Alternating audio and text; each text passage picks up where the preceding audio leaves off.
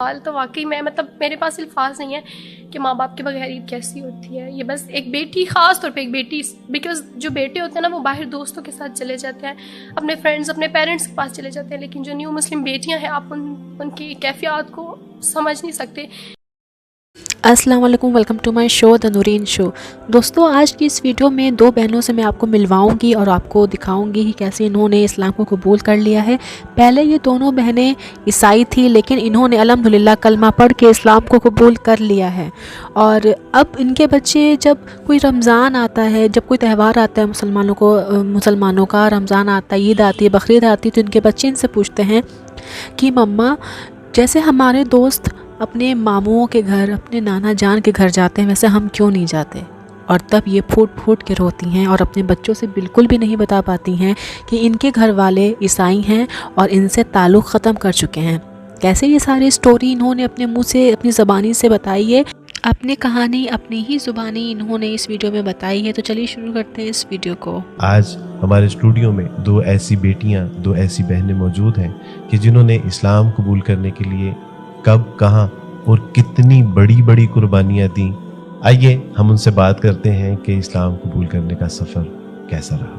السلام علیکم ورحمۃ اللہ وبرکاتہ. ماما، آپ خیریت سے ہیں؟ طبیعت اچھی ہے آپ کی؟ شکر الحمدللہ رب العالمین. چاند، آپ ٹھیک ہیں؟ الحمدللہ، اللہ کے احسان ہے. الحمدللہ. آپ کا تو ماشاءاللہ پہلے بھی پروگرام ہوا، لوگوں نے دیکھا، لوگوں نے بڑا پسند کیا الحمدللہ، اور اب تک ماشاءاللہ وہ چل رہا ہے. تو سب خیریت ہے؟ الحمدللہ، اللہ کے احسان ہے. الحمدللہ. عید کے موقع پہ یقیناً ہم جب عیسائی تھے، گھروں کا ماحول ایسا ہوتا تھا کہ بہنیں ہیں، شاپنگ پہ جا رہے ہیں، پیرنٹس ہیں، فرمائشیں کی جا رہی ہیں، مہندی لگائی جا رہی ہے، ڈریسنگ کی جا رہی ہے، پلاننگ کی جا رہی ہے.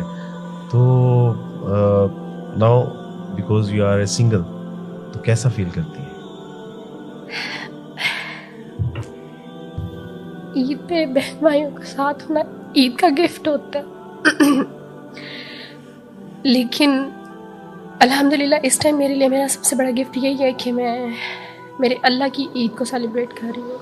الحمدللہ. یقیناً یہ آسان نہیں ہے ایکسپلین کرنا، میری خاموشی شاید کچھ لوگ سمجھ سکتے ہیں کہ یہ آسان نہیں ہے، پر میں بہت مس کرتی ہوں جب بچیاں بتاتی ہیں کہ ہماری عید آئی ہے، ہمارے امی ابو آئے ہیں. میں حرین کو لے کے بہت مس کرتی ہوں کہ جب ہمیں چھٹی ہوتی ہے تو ہم اس کی نانوں کے گھر، اس کے نانا ابو کے گھر نہیں جا سکتے. اس چیز کو میں ایکسپلین نہیں کر سکتی، because it's too much difficult for me to explain کہ ماں باپ کے بغیر، بہن بھائیوں کے بغیر عید کیسی ہوتی ہے. اور جب ان کی عید آتی ہے تو تب بھی اس چیز کی تکلیف ہوتی ہے کہ وہ گمراہی میں ہیں اور آج وہ ایک غیر اللہ کے نام پہ عیدیں منا رہے ہیں، اور میں انہیں جا کے یہ بتا بھی نہیں سکتی کہ ماما یہی حق اور سچ ہے، کیونکہ اس ٹائم تو وہ مجھے غلط کہتے ہیں.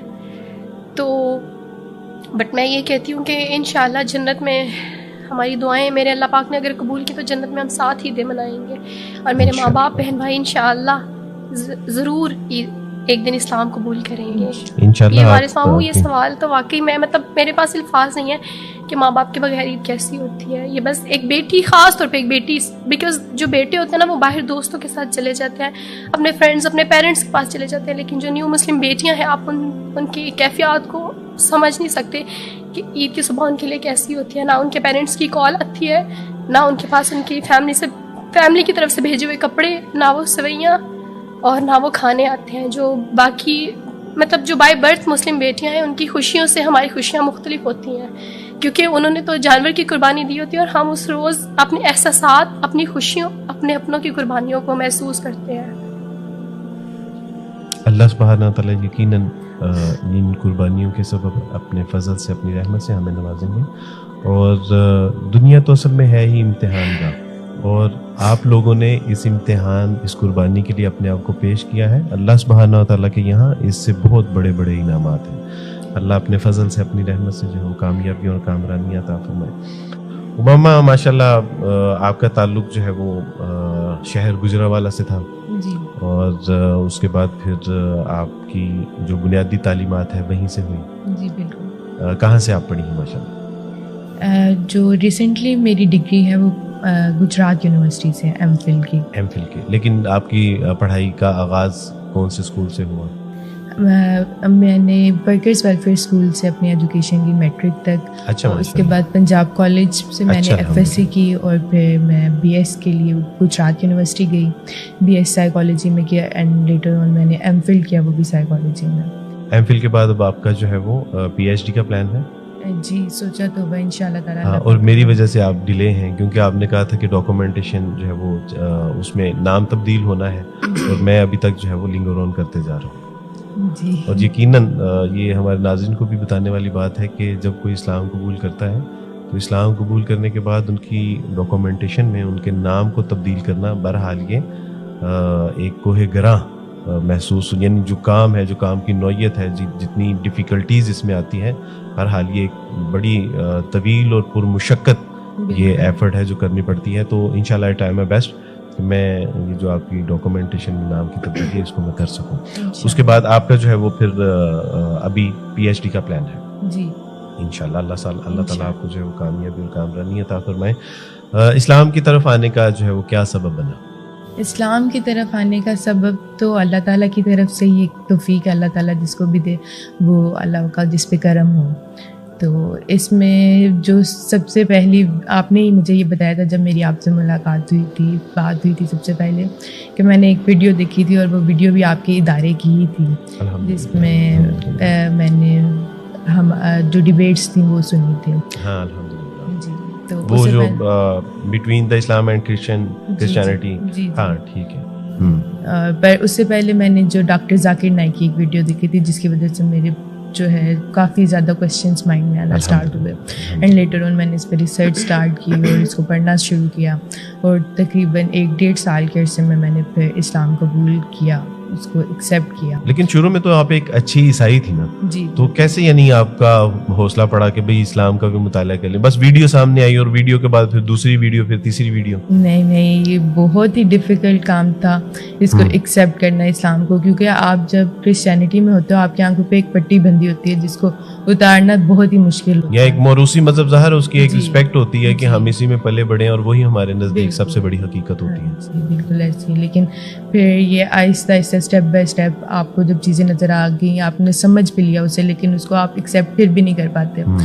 اس کو ایکسیپٹ کرنے میں جو ہے وہ پھر ٹائم ملا, کہ جب حقیقت ہی یہی ہے کہ اللہ پاک نے اسلام کو مکمل دین بنایا ہے, اور اسلام ہی ہمارے لیے ایک مکمل دین ہے. مجھے یاد ہے جب آپ سے میری بات ہوتی تھی تو آپ کی باتوں میں جو اسلام کو لے کے جو ایک کانفیڈنس تھا اور جو اس کی حقیقت کے پیش نظر آپ کو ایک کلیئرٹی تھی, تو الحمدللہ اندازہ ہوتا تھا کہ یعنی یہ ایک یقین کی کیفیت حاصل ہے الحمدللہ. اور اس کے بعد پھر میں اس میں میری ایک فرینڈ تھی کومل, اس نے مجھے قرآن پاک پڑھایا, اس نے میری اس میں بہت مدد کی, اور پھر الحمدللہ ملاقات ہوئی ہے. گجرانوالہ سے ان کا تعلق ہے. ہاں ماشاءاللہ اچھی فیملی ہے. ان کے ساتھ ہی میں آپ کے پاس آئی تھی پھر اسلام قبول کرنے کے لیے, اور یہ سب کچھ آپ کے زیر سایہ ہی ہوا الحمدللہ. جی اللہ سبحانہ تعالیٰ کا فضل ہے, یہ سعادت میرے حصے میں آئی تھی کہ آپ رابطے میں بھی تھیں, آپ کو کلیئرٹی ہو چکی ہوئی تھی. پھر میرا خیال ہے کہ کچھ حکمت عملی کے تحت ہم نے اس کو ڈیلے بھی کیا تھا کہ آپ اپنی اسلام قبول کر لیں, لیکن ڈگری حاصل کرنے تک جو ہے وہ آپ اس کو